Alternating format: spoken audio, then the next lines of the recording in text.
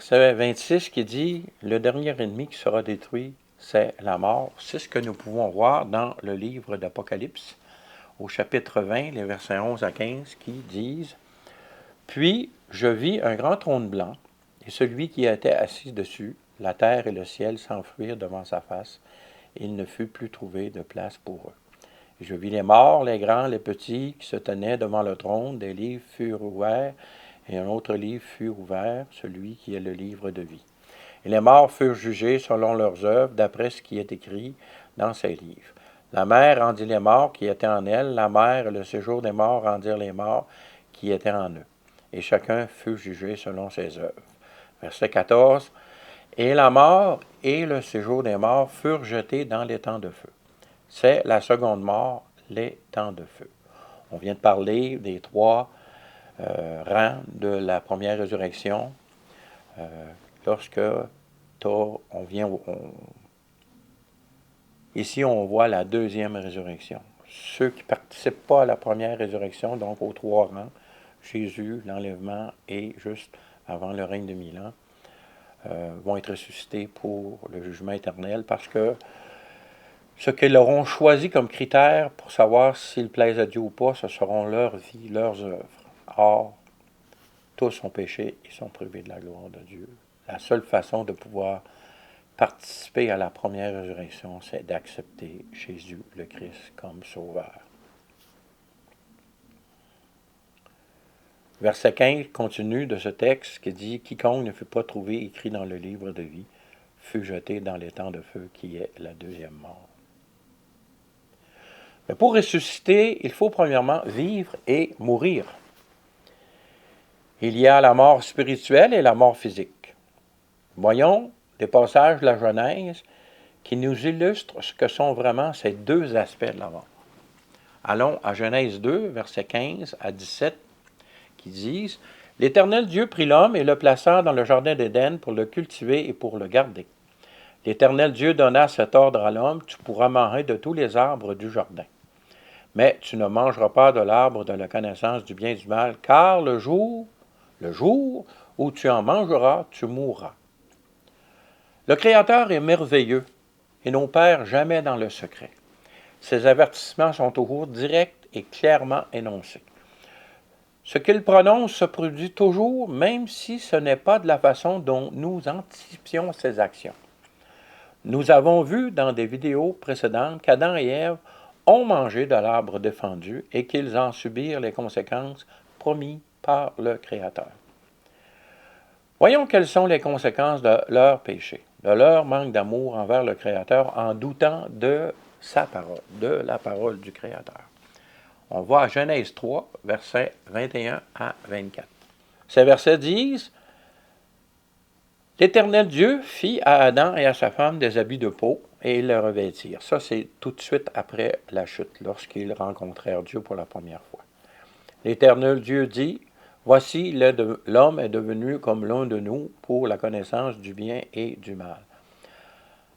Empêche-le maintenant d'avancer sa main, de prendre de l'arbre de vie, d'en manger et de vivre éternellement. » Beaucoup de gens disent qu'il n'y a pas seulement qu'un seul Dieu, mais qu'il y a plusieurs dieux depuis le début de la Genèse, à cause de ce verset qui dit ici « Voici l'homme est devenu comme l'un de nous pour la connaissance du bien et du mal. » Le pluriel est utilisé ici parce qu'en Dieu, il y a trois personnes, le Père, le Fils et le Saint-Esprit, et en plus, les fils de Dieu ont été créés au début, les anges, qui, à ce moment-là, connaissaient aussi le bien et le mal, parce que le tentateur, c'est-à-dire l'ennemi qui utilisa le serpent, Satan, avait déjà commis le péché de désobéissance dans le monde spirituel.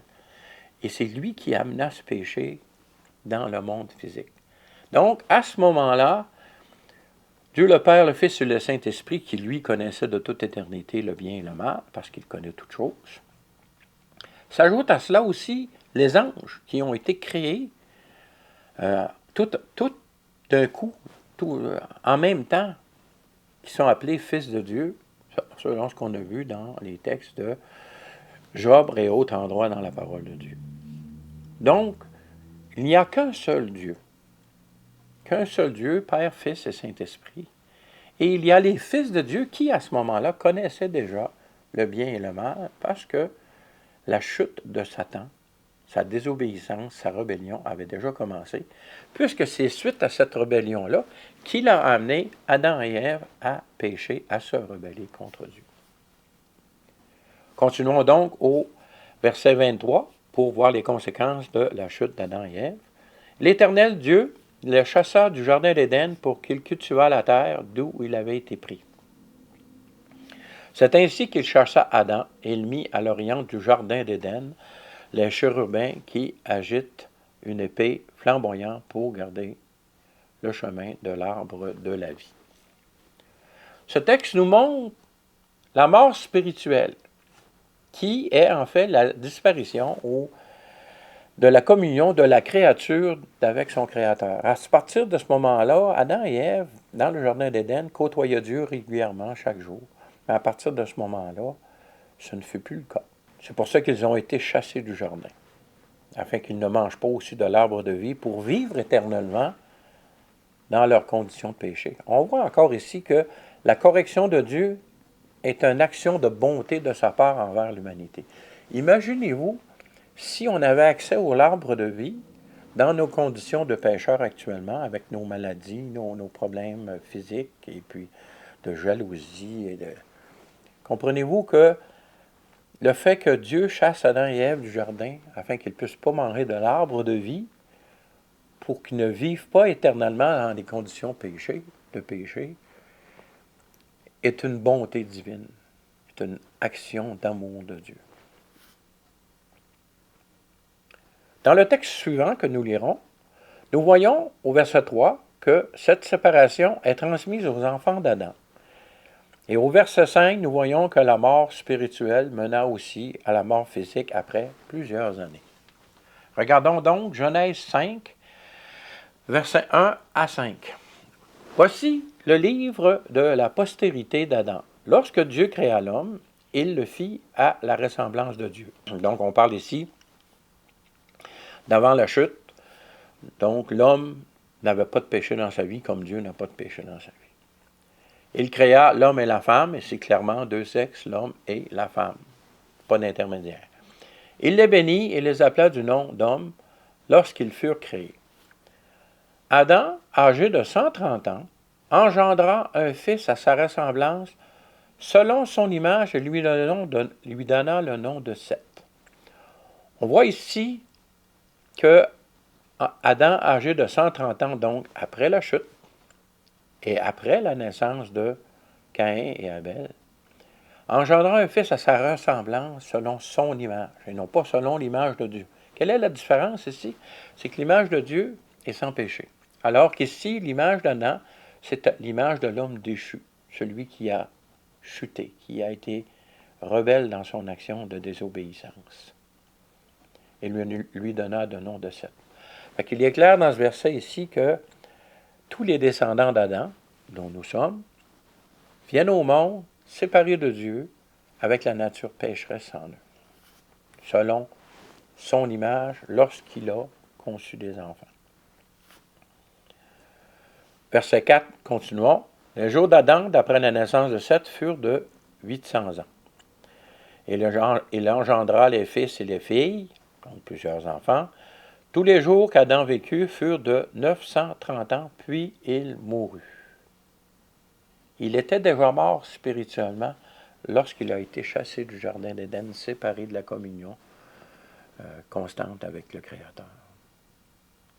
Mais 930 ans après, son corps physique meurt.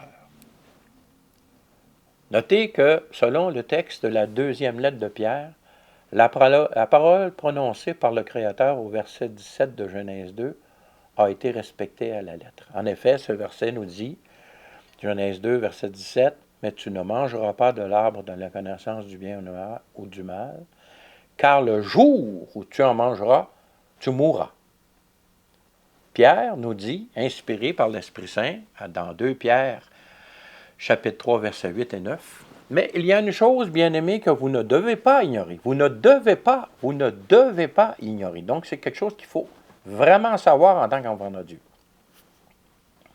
c'est que devant le Seigneur, un jour est comme 1000 ans, et 1000 ans sont comme un jour. Le Seigneur ne tarde pas dans l'accomplissement de la promesse, comme quelques-uns le croient, mais il use de patience envers vous, ne voulant pas qu'aucun périsse, mais voulant que tous arrivent à la repentance. Nous constatons qu'Adam est mort spirituellement et physiquement dans le premier jour de 1000 ans de sa vie. En effet, tout de suite après la chute, il est mort spirituellement, séparé de la communion avec Dieu, et ensuite, à 930 ans, notez que c'est à l'intérieur de 1000 ans, son corps physique mourut. Donc, un jour est comme 1000 ans est comme un jour. Le jour où Adam pécha, mourut. Spirituellement, premièrement, et finalement, physiquement. La parole de Dieu ne ment jamais. Lorsque Dieu dit et décrète quelque chose, c'est la vérité et ces choses arrivent telles que lui le conçoit et le voit. Si nous, dans nos compréhensions humaines, on a quelquefois des difficultés à bien identifier la pensée de Dieu, c'est normal, ses voix sont au-dessus de nos voix.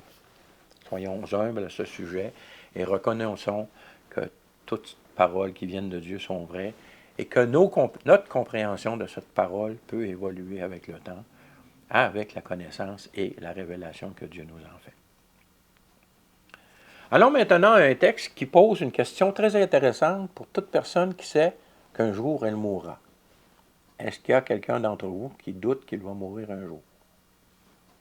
Je vous laisse la question en suspens. Donc allons à 1 Corinthiens, chapitre 15, versets 35 à 50. 35. Mais quelqu'un dira, comment les morts ressuscitent-ils et avec quel corps reviennent-ils? C'est vraiment une question pertinente pour chaque être humain. Continuons verset 36.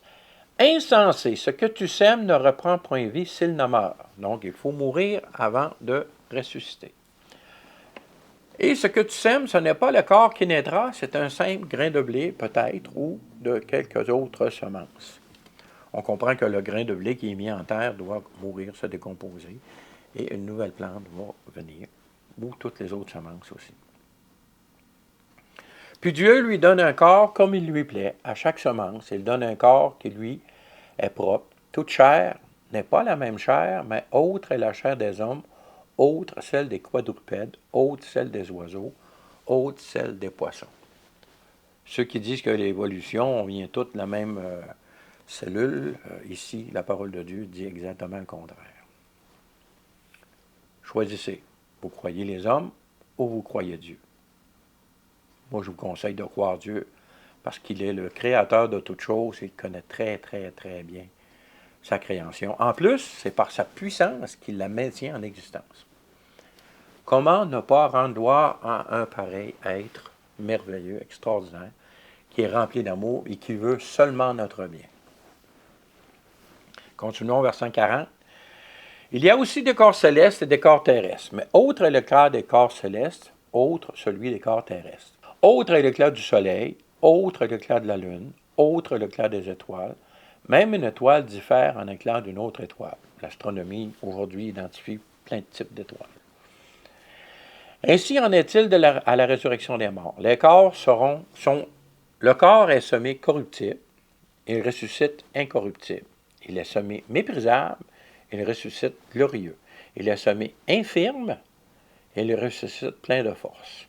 Quiconque est avançant en âge sait qu'il y a différents niveaux d'infirmité. Et rendu à un certain âge, quand tu te lèves le matin et puis que tu as mal nulle part, c'est comme la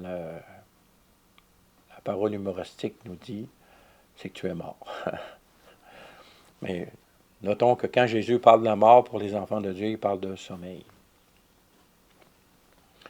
Donc, reprenons au verset 43. Il est semé méprisable, il ressuscite glorieux. Il est semé infirme, il ressuscite plein de force.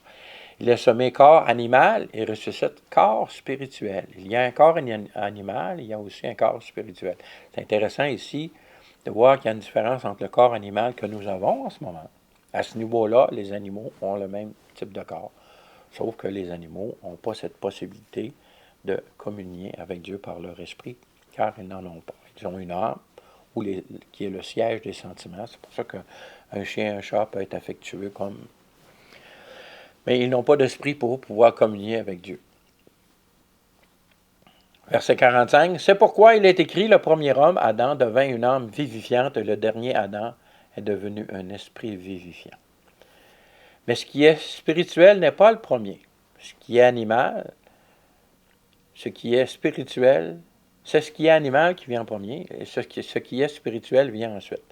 Le premier homme tiré de la terre est terrestre, le second homme est du ciel. Tel est le terrestre, tels sont aussi les terrestres, et tel est le céleste, tels sont aussi les célestes. De même, quand nous avons porté l'image du terrestre, nous porterons aussi l'image du céleste. Ce que je dis, frères, c'est que la chair et le sang ne peuvent hériter le royaume de Dieu et que la corruption n'hérite pas l'incorruptibilité. On voit ici que notre corps physique tel qu'on le connaît maintenant ne peut aller au ciel, ne peut hériter de ce qui est céleste. Il faut absolument qu'il soit transformé, qu'il devienne spirituel. Lorsque notre corps meurt, il se décompose dans la terre. Pour ceux qui ont été décapités, là, puis que les morceaux sont répandus un peu partout. Comprenez que lorsque je suis au monde, venu au monde en tant qu'enfant, un bébé, les cellules qui étaient là à cette époque-là ne sont plus là. On sait que les cellules de la peau d'un enfant ou d'un jeune adulte se renouvellent aux 30 jours. C'est ce qui garde la peau jeune et lisse. Alors qu'en vieillissant, ce renouvellement prend de plus en plus de temps, ce qui fait que la peau devient plissée avant que les cellules soient remplacées. Donc l'être que nous sommes aujourd'hui n'a pas les mêmes cellules qu'il avait lorsqu'il avait 6 mois, 1 an. Qu'est-ce qui caractérise qui nous sommes? Bien, la science a découvert, c'est notre code génétique, donc notre ADN. À partir de cette information-là, Dieu va nous refaire, mais avec des nouveaux matériaux. Parce que, à la place d'être réarrangés physiques, ils vont être réarrangés spirituels. C'est un peu comme un programme informatique qui a, pour une imprimante 3 dimensions, qui a le programme pour créer un certain objet. À chaque fois que tu mets le programme en fonction, bien, l'objet, le plastique est injecté et puis l'objet est reconstruit. Bien, la résurrection des corps, c'est un peu comme cela que ça va se produire. C'est que Dieu, à partir de l'ADN de notre corps physique, va rebâtir un corps spirituel, mais avec des propriétés spirituelles plutôt que physiques. Ce qui est une promesse merveilleuse, et puis j'attends cet événement avec impatience. Donc, ce texte nous donne une bonne idée de ce que sera notre corps ressuscité. Voyons aussi d'autres textes qui ajoutent des détails concernant notre condition de ressusciter avec notre corps spirituel glorifié. Notre premier texte est à la suite de la rencontre de Jésus sur le chemin du village d'Emmaüs de 2 de ses disciples. On peut lire ce récit dans Luc chapitre 24, versets 13 à 32. Aujourd'hui, nous regarderons versets 33 à 43, donc je vous invite à lire le texte pour voir le contexte là, de Luc 24, 13 à 32, mais aujourd'hui, nous lisons 33 à 43. Se levant à l'heure même, ils retournèrent, on parle ici des 2 disciples que Jésus a rencontrés, à Jérusalem, ils trouvèrent les 11 et ceux qui étaient avec eux assemblés, donc un groupe de personnes dont les 11 disciples de Jésus, les 11 apôtres. Et disant, le Seigneur est réellement ressuscité, il est apparu à Simon. Ils racontèrent ce qui leur était arrivé en chemin et comme il avait reconnu au moment où il rompit le pain. Donc, nous serons reconnaissables. Tandis qu'il parlait de la sorte, lui-même, Jésus, on parle ici, se présentant au milieu d'eux et leur dit, « La paix soit avec vous. » Saisi de frayeur et d'épouvante, il croyait voir un esprit. Il n'était pas loin de la vérité parce que c'était un corps spirituel, mais c'était un corps, vraiment un corps qui existe vraiment. Un peu lorsque je témoigne de rencontres avec les anges, ces personnes-là avaient un corps réel là, que je pouvais toucher, que je pouvais voir, mais c'était un corps spirituel parce que c'était des anges. Donc, verset 37, « Saisi de frayeur et d'épouvante, ils croyaient avoir un esprit. Mais il leur dit, « Pourquoi êtes-vous troublés et pourquoi pareille pensée s'élève-t-elle dans vos cœurs? Voyez mes mains et mes pieds, c'est bien moi, touchez-moi et voyez un esprit n'a ni chair ni os, comme vous voyez que j'ai. En disant cela, il leur montra ses mains et ses pieds. Et comme dans leur joie, ils ne croyaient point encore et qu'ils étaient dans l'étonnement, il leur dit, avez-vous ici quelque chose à manger? Ils lui présentèrent du poisson rôti et un rayon de miel, et il en prit et il mangea devant eux. Donc, nous serons reconnaissables selon le verset 37. Nous pourrons manger selon le verset 43. Et au verset 36, nous voyons la possibilité de se présenter soudainement à un endroit donné. Cette capacité de se matérialiser semble être confirmée par les versets du texte de Jean au chapitre 20, donc Jean 19 à 29. Le soir de ce jour, qui était le premier de la semaine, donc on parle ici ce que nous appelons le dimanche, les portes du lieu où se trouvaient les disciples étant fermées à cause de la crainte qu'il avait des Juifs, Jésus vint se présenter au milieu d'eux et leur dit « La paix soit avec vous ». Donc, les portes étaient fermées, Jésus s'est présenté. Donc, on voit ici la matérialisation possible dans un endroit fermé, soit qu'on passe à travers des murs ou soit qu'on se matérialise là. En réalité, comme le monde spirituel et le monde physique est vraiment interreliés et ensemble, les êtres spirituels peuvent être là, on ne les voit pas, ils font juste... Quand on dit se matérialise, c'est qu'en réalité, ils font que nous puissions les voir. C'est ce que Jésus a fait ici. Continuons donc au verset 20. Et quand il eut dit cela, il leur montra ses mains et son côté, les disciples furent dans la joie en voyant le Seigneur. Jésus leur dit de nouveau, la paix soit avec vous, comme le Père m'a envoyé, moi aussi je vous envoie. Après ces paroles, il souffla sur eux et leur dit, recevez le Saint-Esprit. Ici, c'était une prière, qui annonçait la venue du Saint-Esprit lors du jour de la Pentecôte. 10 jours après que Jésus a été enlevé au ciel, 50 jours après sa résurrection. Continuons au verset 23, mission très importante de l'Église ici. Ceux à qui vous pardonnerez les péchés, il leur sera pardonné, et ceux à qui vous les retiendrez, ils leur seront retenus. Thomas, appelé Didyme, l'un des 12, n'était pas avec eux lorsque Jésus vint. Les autres disciples lui dirent donc, nous avons vu le Seigneur, mais il leur dit, si je ne vois pas dans ses mains les marques des clous, si je ne mets pas mon doigt dans les marques des clous, et si je ne mets pas ma main dans son côté, je ne croirai point. Au moins, Thomas a l'avantage ici d'être honnête, d'être lui-même. Souvenons-nous que c'est un disciple. Beaucoup d'entre nous peuvent s'identifier à Thomas. Mais Thomas a été au service du Seigneur par la suite. Donc tous peuvent continuer. Malgré notre condition, nous pouvons tous continuer à servir le Seigneur. Voyons Pierre qui a renié Jésus 3 fois. Il a été au service du Seigneur d'une façon très importante.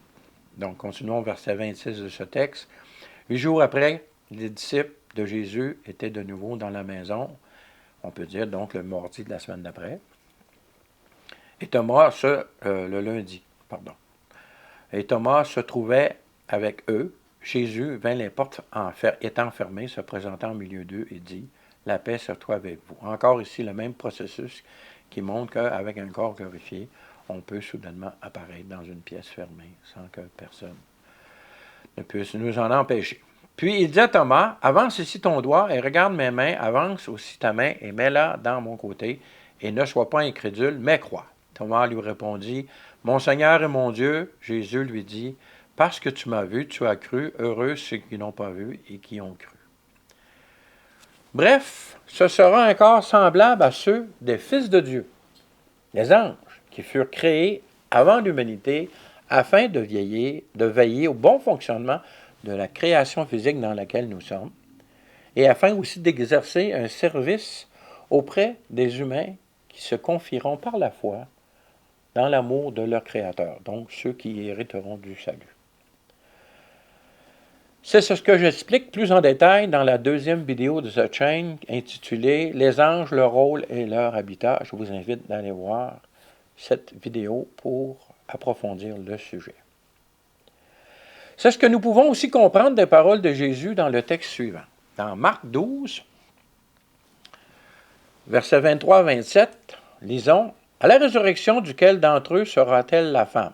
Car les 7 l'ont eue pour femme. » On voit ici, c'est une question posée par les Sadducéens qui ne croyaient pas au miraculeux, qui ne croyaient pas au spirituel, qui posent la question à Jésus, à savoir qu'une femme marie un des 7 frères, une famille de 7 frères, marie le premier frère, et le frère meurt, et elle marie le deuxième, et le troisième, ainsi de suite pour les 7 frères. Alors il pose la question à Jésus, à la résurrection, duquel d'entre eux sera-t-elle la femme, car les sept l'ont eu pour femme. La réponse de Jésus est super intéressante et très reliée au contexte de notre étude d'aujourd'hui. Au verset 24, Jésus leur répondit, « N'êtes-vous pas dans l'erreur parce que vous ne comprenez ni les Écritures ni la puissance de Dieu? Car à la résurrection des morts, les hommes ne prendront point de femmes, ni les femmes de Marie, mais ils seront comme les anges des cieux. Pour ce qui est de la résurrection des morts, n'avez-vous pas lu dans le livre de Moïse ce que Dieu lui dit à propos du buisson? Je suis le Dieu d'Abraham, le Dieu d'Isaac et le Dieu de Jacob. Dieu n'est pas Dieu des morts, mais des vivants. Vous êtes grandement dans l'erreur. » Ici, c'est une affirmation claire qu'on aura des corps, on aura une vie semblable à celle des anges, donc avec des corps spirituels. On n'aura pas besoin de se reproduire, on n'aura plus de douleur, on va pouvoir manger. En tout cas, c'est une situation très, très, très, très enviable.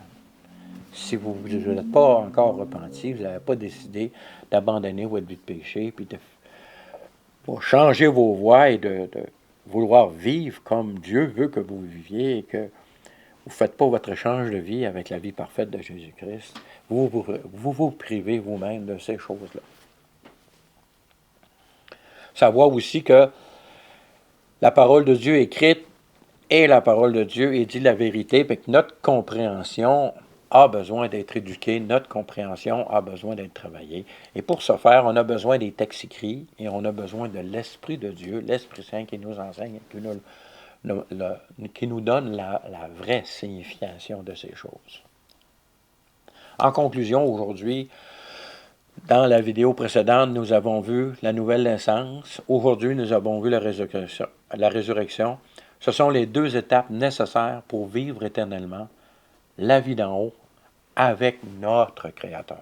Ce n'est que par l'œuvre de Jésus le Christ, le Fils unique du seul Dieu vivant, que ces 2 étapes peuvent se produire dans la vie de chaque être humain. Faites donc le bon choix.